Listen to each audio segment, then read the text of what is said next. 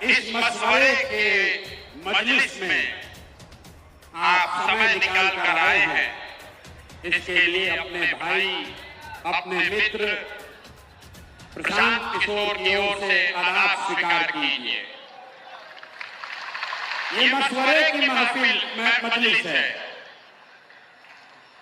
राजनीति का मजलिस नहीं है। मुसलमानों को मशवरे की जरूरत क्या है, क्यों इस मजलिस की जरूरत है, इसको समझने की बात है। आखिर इस मजलिस को क्यों आहूत किया गया है? हम तो गांव-गांव जाकर आपसे मिल ही रहे हैं, फिर आपको इतना कष्ट देकर आपके गांव से, आपके शहर से वापस यहाँ क्यों बुलाया गया? ये इसलिए कि आज अगर किसी कौम को सबसे ज्यादा मशवरे की जरूरत है तो वो देश का, बिहार का मुसलमान है। ये बात हम खुद से नहीं कह रहे, ये पैगंबर साहब ने आपको बताया। जब आगे का रास्ता न दिखे, जब आगे का रास्ता न दिखे तो मशवरे में खैर है, मशवरे में खैर है। इसलिए आज आपको ये तकलीफ दी है, आपको यहाँ पर दावत दिया है, आपको बुलाया है।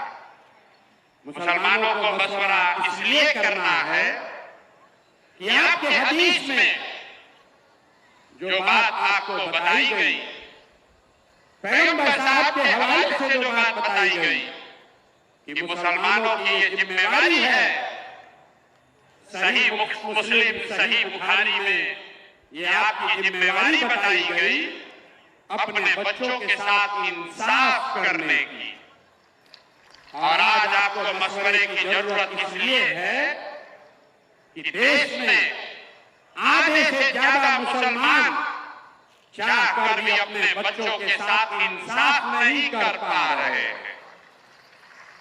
आपको ये आपके हदीस में बताया गया है, अपने बच्चों की तालीम की, तरबियत की, पढ़ाई की, परवरिश की आप वो नहीं कर पा रहे। तो मशवरा इसलिए करना है कि इस व्यवस्था को कैसे सुधारा जाए ताकि मुसलमान होने के नाते आप अपने बच्चों के साथ इंसाफ कर सकें। ये मशवरे की जरूरत इसलिए है कि आपके कुरान की जो पहली आयत है, इकरा बिस्म रब्बिकल लज़ी खलक, उसका पहला शब्द इकरा, जिसका मतलब है पढ़ो, जिसका मतलब है पढ़ो। और आज आप वो कौम बन गए हैं जो देश का सबसे अनपढ़ कौम है।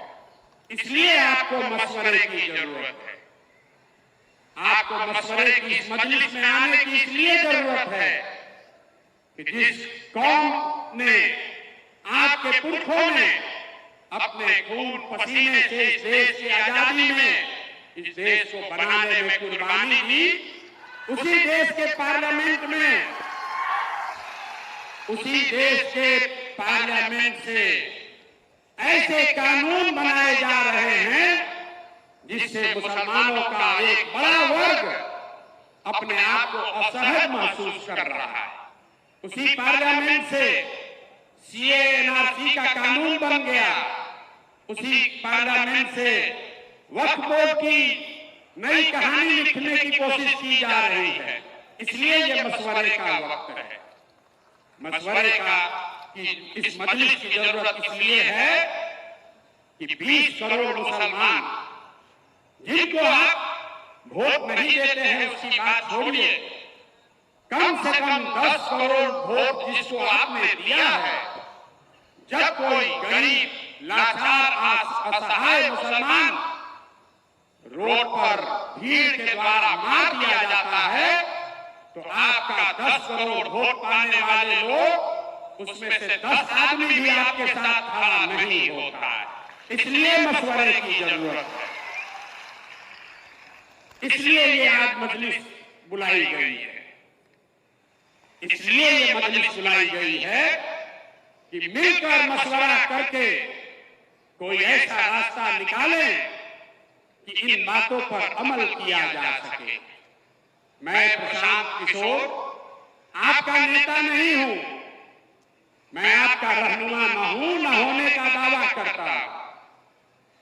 जन स्वराज कोई दल नहीं है, जन स्वराज दल नहीं है, जन स्वराज वो व्यवस्था है, वो सोच है कि इन सारे मशवरे के बाद जो चीज तय की जाए उसको ईमानदारी से जमीन पर अमल किया जा सके, इसलिए आज आपको बुलाया।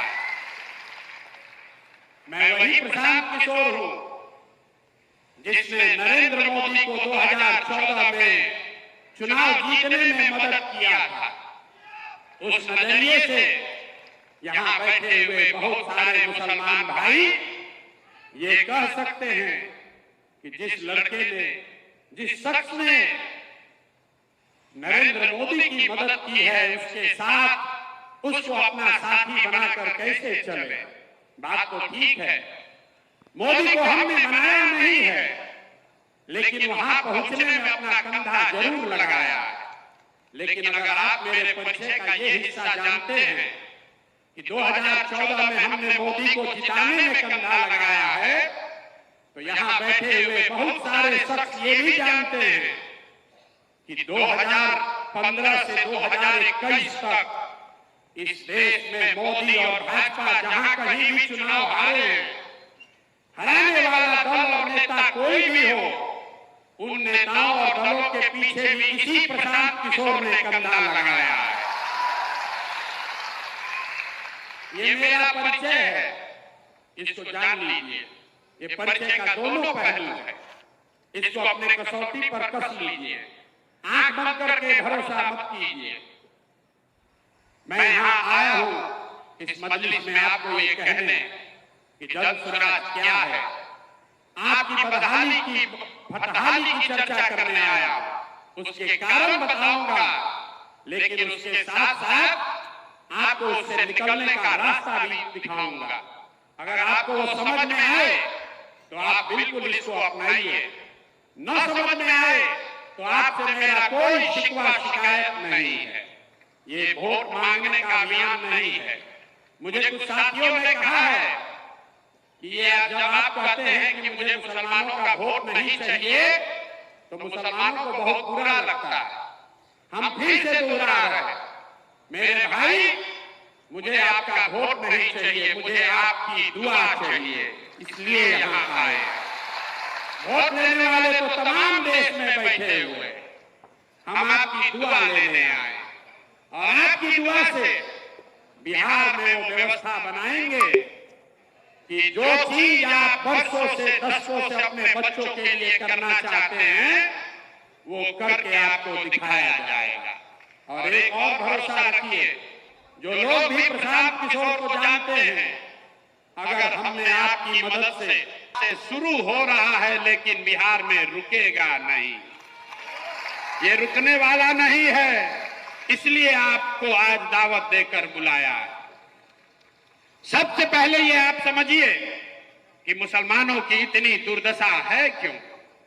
जो आदमी, जो वक्ता खड़ा होता है, तकरीर करता है, वो यही बताता है मुसलमानों को किसने ठगा, मुसलमानों को सबने ठगा, हम लोग की हालत बहुत खराब है, कैसे इससे बाहर निकलें।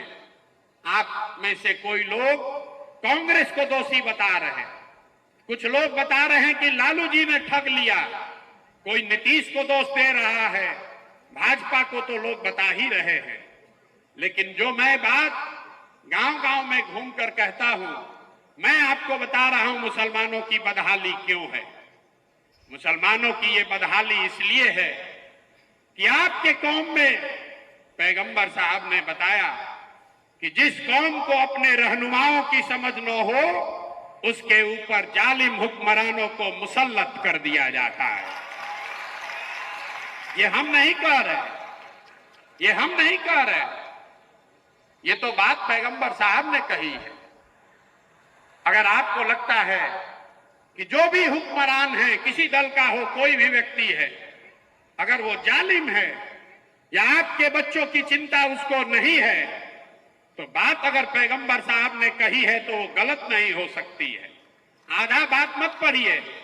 आपके ऊपर जालिम हुक्मरान कब बैठाए जाएंगे? जब आप गलत रहनुमाओं का चुनाव करेंगे।